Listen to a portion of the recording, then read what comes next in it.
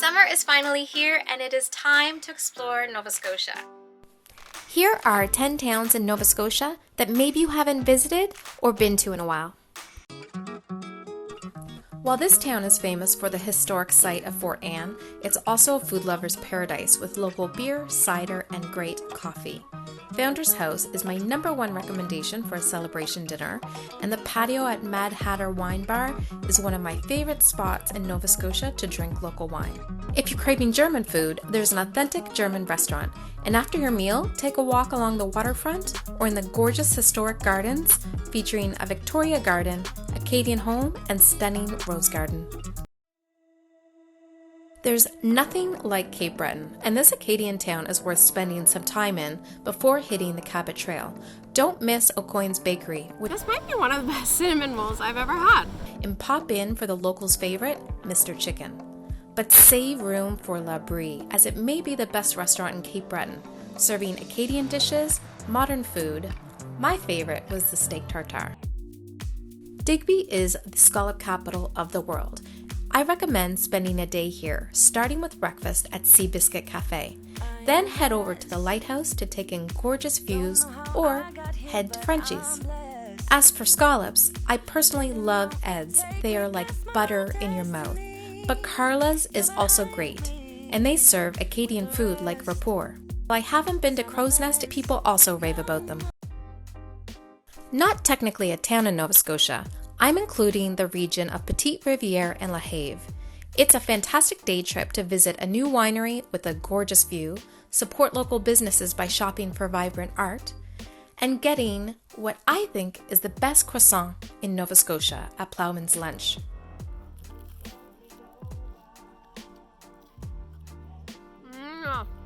This is so good.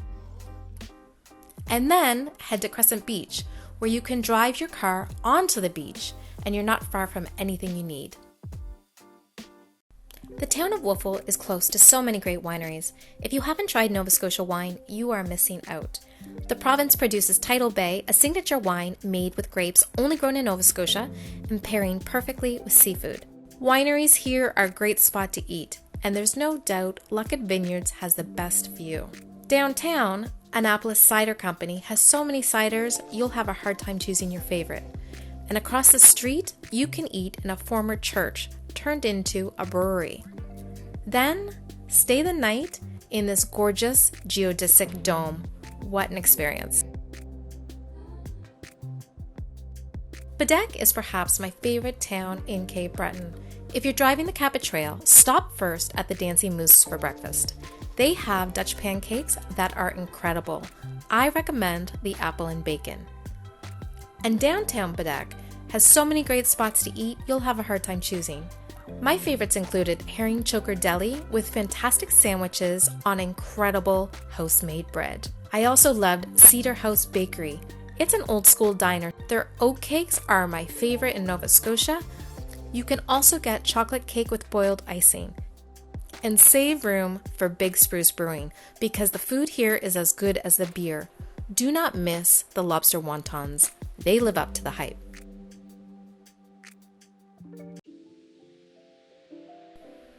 This small village in Nova Scotia packs in so many impressive places to eat. The Chowder House lives up to its fame, serving some of the best chowder in Nova Scotia. Stroll the main strip to shop, and also try locally made truffles at Appleton Chocolates, and get a scoop of artisanal ice cream from Tatamagouche Ice Creamery. If you're still hungry, grab a sandwich from Dexter's Butcher Block, which you can eat at Tatamagouche Brewing with a pint. And before you go, stop at Jameson's General Store, which stocks only food from Atlantic Canada. Just outside town is Sugar Moon Maple Farm. Head there for a hike in the woods and then a maple-themed breakfast. Most people drive through Truro, but it's absolutely worth a day trip. Downtown Truro is thriving, with new businesses opening and a large Saturday farmers market.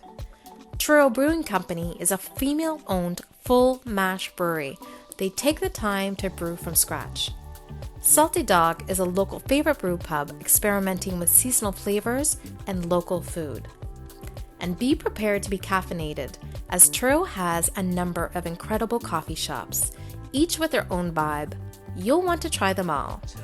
And don't forget to stop in at the Filipino and Asian grocery to stock up on items you can't find anywhere and take home delicious baked goods. But the number one reason to visit Truro is Victoria Park. This urban park is 3,000 acres of land. If you have the energy, take the Jacob's Ladder Challenge, which is 175 stairs to the top. I'm not biased mentioning my hometown, as 10 years ago I would not have suggested it, but Kentville is now absolutely worth visiting. We have great shops, places to eat, and we have a castle in the middle of town.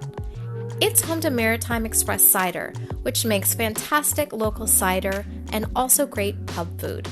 Miners Marsh is one of my favorite walks.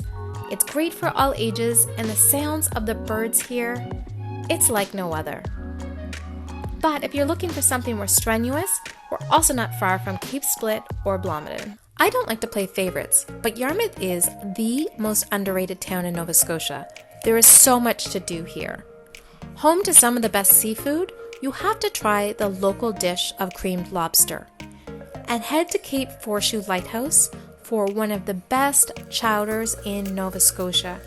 Here, there's also an interpretive path which you can walk, and you can also climb to the top of the lighthouse for amazing views. Hike into the Tobeatic Forest to learn about foraging, and eat lunch over a campfire with East Coast Paddle. Or get out onto the water, take a Tusket Island tour from local fishermen. And you can stay the night in a dome at Deep Sky Eye Observatory to view some of the darkest skies in North America. Whatever you do, do not forget to try the local Acadian Rappie Pie.